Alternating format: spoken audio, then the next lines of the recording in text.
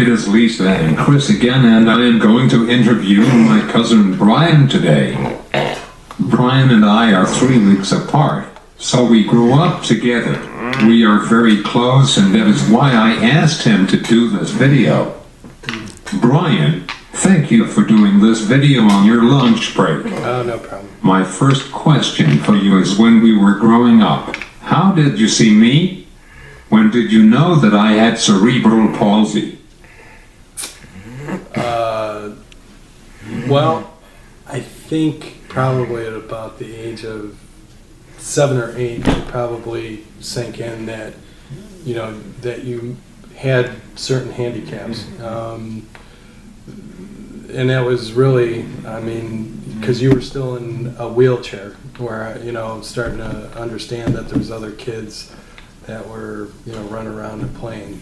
I thought in my head that it was more of a temporary thing, that he'll grow out of this, and as he grows, gets bigger, he won't need the wheelchair anymore. And then I think at the age of 7 or 8, it became real that, no, this is more of a permanent thing.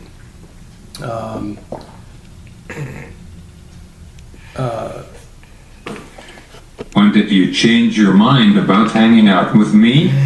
When you changed your mind, how did you feel about me? I noticed a huge difference in our relationship was when I bought my condo. Do you agree?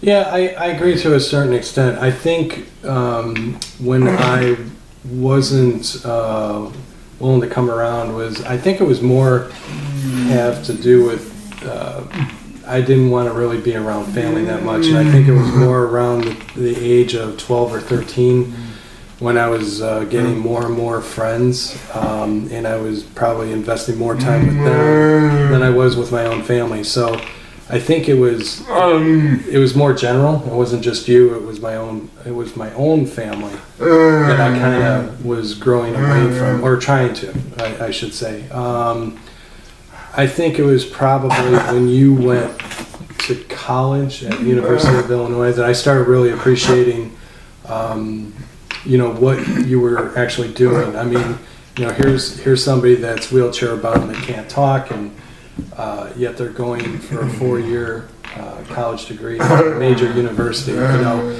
that was kind of a wake-up call to me.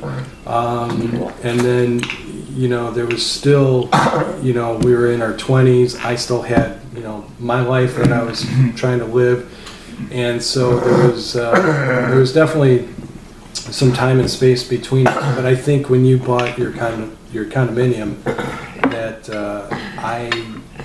you know, number one, you were closer, and number two, it required a little more extra help, not just with the aides, but, you know, other family members. So I was willing to pitch in even more so. And then plus with my wife Sherry, you know, she was a huge advocate of you. So I mean, you know, she wants to make sure that, you know, our kids, herself, myself, we stay, you know, involved with you.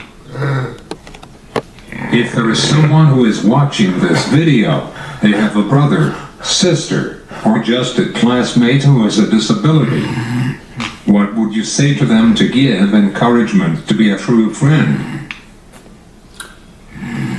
Well, I think you really got to look at, you can't look at the handicaps, you got to look at the abilities that person does have, and you really need to kind of work within that framework, because, you know, just because somebody's in a wheelchair or has a severe disability, that doesn't make them less of a person. It just means that you have to work within that framework, and, you know, it takes work, but you know what, any relationship, whether it's marriage or whether, you know, it's kids or whether it's cousins, whatever, all relationships take work. And I think, you know, with somebody that has special needs, it takes a little extra work, you know, so, you know, the investment's worth it, in the bottom line.